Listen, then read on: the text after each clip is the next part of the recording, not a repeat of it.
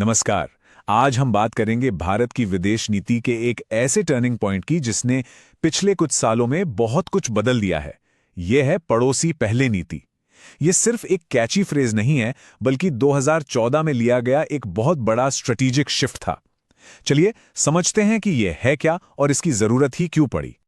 तो सवाल ये उठता है कि ये पड़ोसी पहले नीति आखिर है क्या चीज, और अचानक से ये भारत के लिए इतनी जरूरी क्यों हो गई। चलिए इन्हीं सवालों के जवाब ढूंढते हैं। इसे समझने के लिए हम इसे कुछ हिस्सों में देखेंगे। सबसे पहले तो ये जानेंगे कि ये पॉलिसी है क्या, फिर ये समझेंगे कि इसकी जरूरत पड़ी ही क्यों, और यहीं पर चीन के बढ़ते असर की बात भी आएगी। इसके बाद हम देखेंगे कि इस पॉलिसी को कामयाब बनाने का रोड मैप क्या है, और आखिर में ये सब भारत के बड़े ग्लोबल एम्बिशन से कैसे जुड़ता है। तो चलिए शुरू करते हैं और सबसे पहले ये समझते हैं कि ये नीति असल में है क्या। अगर इसे बिल्कुल आसान शब्दों में कहें तो पड़ोसी पहले नीति एक ऐसा स्ट्रेटेजिक फैसला था जिसमें यह तय हुआ कि भारत की फॉरेन पॉलिसी में सबसे पहली प्रायोरिटी, मतलब सर्वोच्च प्राथमिकता, पड़ोसी देशों को दी जाएगी। ये एक बहुत बड़ा शिफ्ट था। मतलब ध्यान बड़ी बड़ी ग्लोबल ताकतों से हटाकर अपने सबसे करीबी पड़ोसियों पर लाया गया। लेकिन सवाल यह है कि इस बड़े बदलाव की जरूरत आखिर पड़ी ही क्यों। ऐसा क्या चल रहा था कि भारत को अपनी फॉरेन पॉलिसी का पूरा फोकस ही बदलना पड़ गया। अगर हम थोड़ा पीछे जाके देखें तो भारत की फॉरेन पॉलिसी का ज्यादातर फोकस अमेरिका, रूस जैसी बड़ी ताकतों पर, या फिर लुक ईस्ट और लुक वेस्ट जैसी पॉलिसीज पर रहता था।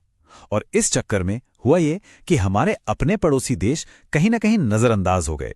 उन्हें लगने लगा कि उन पर ध्यान नहीं दिया जा रहा। और इस नजरअंदाजी का एक चौंकाने वाला उदाहरण है नेपाल। सोचकर देखिए, पूरे 28 साल तक भारत के किसी प्रधानमंत्री ने नेपाल का दौरा तक नहीं किया। ये एक बहुत ही लंबा वक्त होता है, और इससे दोनों देशों के रिश्तों में एक बहुत बड़ी पॉलिटिकल दूरी बन गई। और कहानी सिर्फ नेपाल की नहीं थी। श्रीलंका के साथ भी लगभग यही हाल था, जहां 20 साल तक कोई हाई लेवल विजिट नहीं हुई। तो इससे यह साफ हो जाता है कि यह कोई एक दो बार की बात नहीं थी, बल्कि एक पैटर्न बन चुका था। अब देखिए, जियोपॉलिटिक्स का एक सीधा सा नियम है। जब कोई बड़ी ताकत अपने पड़ोस में एक खाली जगह छोड़ती है तो उसे भरने के लिए कोई और आ ही जाता है, और इस केस में वो था चीन। तो इसका असर क्या हुआ? पड़ोसी देशों को यह महसूस होने लगा कि भारत ने उन्हें एक तरह से अकेला छोड़ दिया है। और यह सिर्फ एक भावना नहीं थी, इसका असर इस पूरे इलाके की जियोपॉलिटिक्स पे पड़ना शुरू हो गया था। और इसका सीधा नतीजा ये निकला कि श्रीलंका में राजपक्षे सरकार हो या फिर बांग्लादेश में शेख हसीना सरकार, इन देशों ने चीन की तरफ झुकना शुरू कर दिया।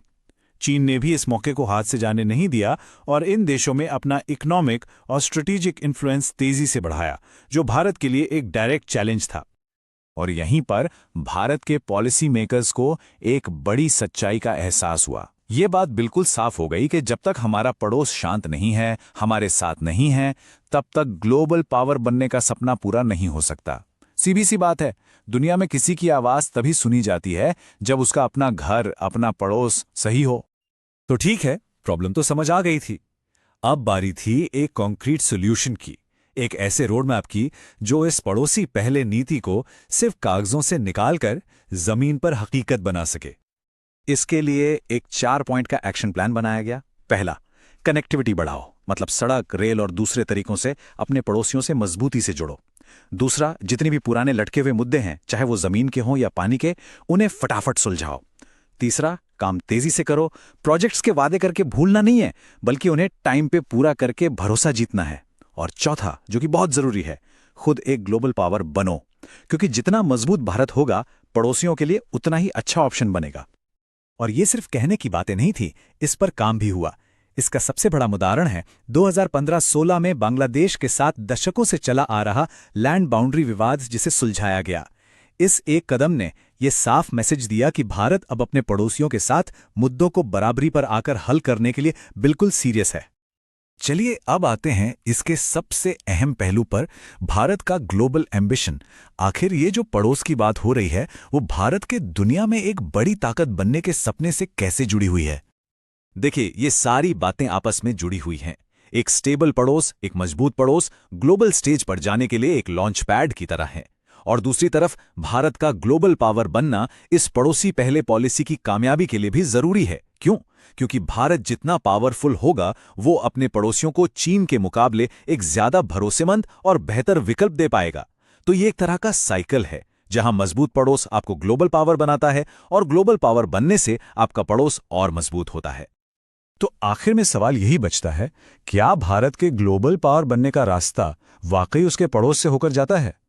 इस पूरी बातचीत के बाद तो यही लगता है कि एक शांत, खुशहाल और साथ मिलकर चलने वाले पड़ोस के बिना ग्लोबल स्टेज पर भारत की जो भूमिका है वो शायद हमेशा अधूरी ही रहेगी।